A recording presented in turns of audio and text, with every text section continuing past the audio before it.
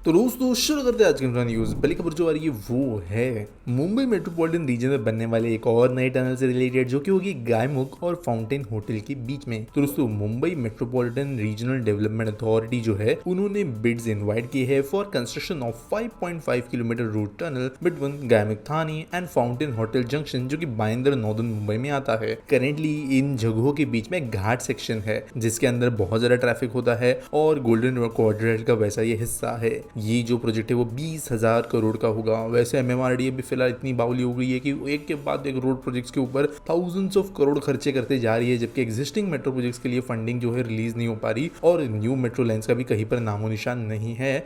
और मुंबई के अंदर का वैसे ये 8th रोड टनल होगा जो भी अंडर कंस्ट्रक्शन हो जाएगा।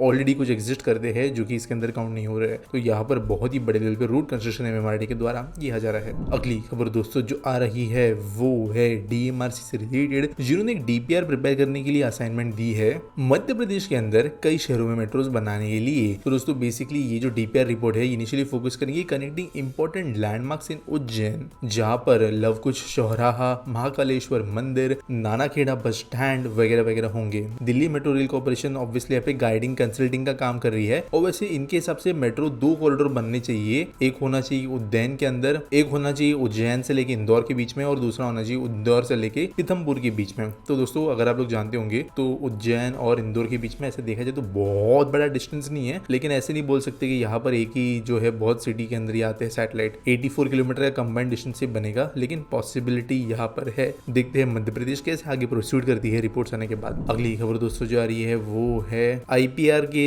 तरफ से, जिन्होंने सक्सेसफुली डेवलप कर लिया है 120 किलोवाट का हाई पावर एम्पलीफायर, जो कि बेसिकली फ्यूजन रिएक्टर्स में काम आएगा। ये दोस्तों काइंड ऑफ एक इंटरनेशनल खबर है। जो ITER टोकामाक है जो कि एक साइंस एक्सपेरिमेंट है फ्यूजन के लिए, यहाँ पर कोशिश की जा रही है बिजली बनाने की। यहाँ पर बेसिकली इसको अभी इन्वेंट कर लिया गया है, काइंड ऑफ आप कह सकते हो इन्वेंट तो कर लिया गया था, टेस्टिंग हो गई थी, एक्चुअल जो साइज होगा उस वाले में इसको इंस्टॉल कर लिया गया है। अगली खबर दोस्तों जो आ रही है वो है बेंगलुरु मेट्रो की तरफ से, जिन्होंने एक न्यू बेंचमार्क अचीव किया है और यहाँ पर जो टोटल राइडरशिप बन गई है बेंगलुरु मेट्रो की वो है 8.26 लाख राइडर्स अ डे की। तो दोस्तों ये सच में एक बहुत बड़ी बात है, क्योंकि अगर हम देखें तो 3 से 4 साल पहले आंकड़ा बहुत छोटा था और 10 साल पहले तो था ही नहीं। इसके वजह से आप समझ सकते हो कि 8.5 लाख लोग तकरीबन जो 2 wheelers, cars, cabs, autos, buses इनमें होने सकते थे वो अब आ गए हैं मेट्रो के अंदर। अगर कंपैरेटिवली देखा जाए तो ये मुंबई लोकल के 10% राइडरशिप जितना होता है, जो वैसे सुनने में कम लगता है लेकिन एक्चुअल में ये बहुत बड़ा नंबर है। और ऑल बहुत सारी मेट्रो लाइंस बन रही है बेंगलुरु के अंदर, जो आगे जाकर लाखों नहीं बल्कि करोड़ों लोगों को फायदा दिलाएगी। और साथ साथ यहाँ पर एक सबअर्बन रेलवे प्रोजेक्ट भी बन ही रहा है। अगली खबर दोस्तों जो आ रही है वो है ब्रह्मपुत्र नदी से रिलेटेड, जहाँ पर 5 न्यू ब्रिज का कंस्ट्रक्शन जो किया जा रहा है उसको स्पीड अप किया जाने वाला है। तो ministry of port, shipping and waterways जो लीड किया जा रहा है यूनियन मिनिस्टर सोनवाल के द्वारा, उन्होंने सारे ब्रिजेस और नेशनल वाटरवे 2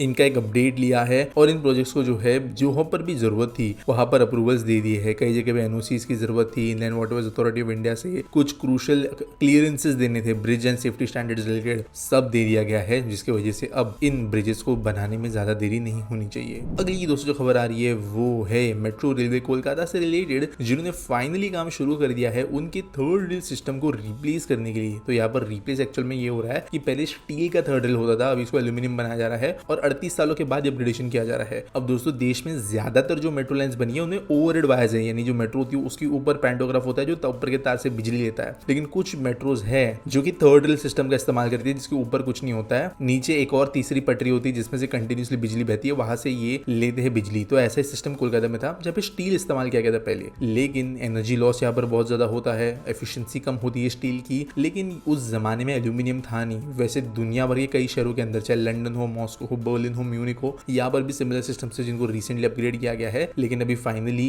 कलकत्ता के अंदर भी ये चीज कर ली जाएगी और जो ड्रामेटिक एनर्जी कॉस्ट यहाँ पे कम होगा वो होगा 84% का, यानी हर साल 1 करोड़ रुपए पर किलोमीटर से यहाँ पर बिजली के पैसों की सेविंग्स होगी। आज के एसपीटी सवाल के बारे में बात करें तो आक्सीन पूछते हैं what will happen to India's ongoing projects in Bangladesh. तो यार देखो, मैं तो कोई जियोपॉलिटिकल एक्सपर्ट हूँ नहीं और मैं बहुत ज्यादा एक्यूरेटली इन चीजों पे कमेंट नहीं कर सकता, और अभी जितनी ताजी सिचुएशन है मुझे नहीं लगता है कोई भी जो है अभी अच्छे से कमेंट कर सकता है क्या होगा। मोस्टली जो करंट प्रोजेक्ट्स चल रहे हैं वो फिलहाल टेम्पररी तो थोड़े पॉज हो जाएंगे, लेकिन इन लॉन्ग टर्म जो है हमारी गवर्नमेंट का एक स्किल बहुत बढ़िया है कि वो कोई भी गवर्नमेंट हो, चाहे तालिबानी क्यों ना हो, उनके साथ में भी डिप्लोमेटिक चैनल्स खोलकर जो है बातचीत शुरू करके अपने आप उनके फायदे की चीजें उनको बताकर अपने फायदे की चीजें करके लेती है। तो मोस्ट प्रोबेबली उनको थोड़ा बहुत और बिस्किट देके जो है यहाँ पर गवर्नमेंट प्रोजेक्ट चालू रखेगी, स्पेशली जो स्ट्रेटेजिकली इंपॉर्टेंट है वो वाले। तो अब देखते हैं किस तरीके से चीजें की जाएगी, समय ही इन चीजों का जवाब दे पाएगा। उम्मीद करता हूं आपको सवाल का जवाब मिल गया होगा। आपके पास कोई सवाल है आप कमेंट सेक्शन में मुझे पूछ सकते हो। बाकी कोई न्यूज सबमिट करनी है तो उसके लिए आपको डिस्क्रिप्शन में एक लिंक मिल जाएगी। साथ साथ आपको वीडियो अच्छी लगी हो तो लाइक करना, शेयर करना, सब्सक्राइब करना। मेरा नाम है आकाश भावसार, आप देख रहे हो इंफ्रा न्यूज। मिलेंगे अगले वीडियो में।